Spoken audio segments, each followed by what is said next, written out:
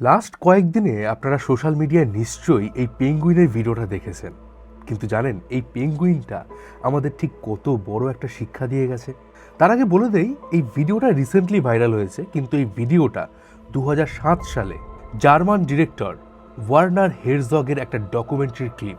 আর এই ডকুমেন্টারিটা আন্টার্কটিকায় শ্যুট করা হয়েছিল। ভিডিওটার মধ্যে আপনি দেখতে পাবেন এখানে অনেকগুলো পেঙ্গুইন দল বেঁধে সমুদ্রের দিকে যাচ্ছে। সেখানে খাবার আছে, জল আছে, মানে একটা নিশ্চিত জীবন। কিন্তু এই সব কিছুর মধ্যেই হঠাৎ করে একটা পেঙ্গুইন দল ছেড়ে একেবারে উল্টো দিকে পাহাড়ের দিকে হাঁটতে শুরু করে। এই জায়গাটা থেকে পাহাড় প্রায় 70 কিলোমিটার দূর। পেঙ্গুইনটা নিজেও জানে না যে ওই পাহাড়ের কাছে গেলে সে আর কোনোদিন নিজের কলোনিতে ফেরত আসতে পারবে কিনা, কারণ সেখানে কোনো খাবার নেই, সেখানে থাকার কোনো জায়গা নেই। কিন্তু তাও এই পেঙ্গুইনটা কোনো কিছুর পরোয়া না করে হেঁটে চলেছে।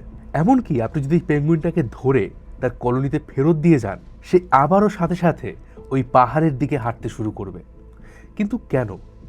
এই কেনর উত্তর কেউ জানে না। একবার ভাবুন, এই পেঙ্গুইনটার সাথে আমাদের সমাজেরও কিন্তু বহু মিল রয়েছে।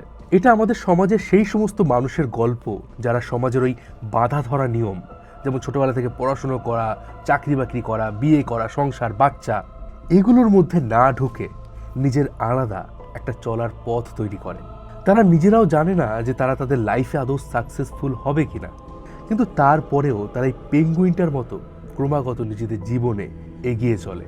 সমাজ কি বলবে, লোকে কি ভাববে, এগুলো যারা মাথা থেকে ঝেড়ে ফেলে নিজেদের জীবনে এগিয়ে চলে, এই পেঙ্গুইনটা তাদের কাছে ইন্সপিরেশন। আবার অনেকে বলেন এই পেঙ্গুইনটা সেই সমস্ত মানুষকে রিপ্রেজেন্ট করছে যারা সহজে হাল ছেড়ে দেয়। আমি পারবো না, আমার দ্বারা আর হচ্ছে না বলে যে মানুষগুলো দূরে সরে যায়, হয়তো এই পেঙ্গুইনটা তাদেরকে রিপ্রেজেন্ট করছে। আর এভাবেই এক একজন মানুষ এক এক রকমভাবে এই পেঙ্গুইনটার দূরে চলে যাওয়ার কারণ খুঁজছেন। আপনার কি মনে হয় এই পেঙ্গুইনটা কেন দূরে যাচ্ছে? কমেন্ট সেকশনে অবশ্যই জানান।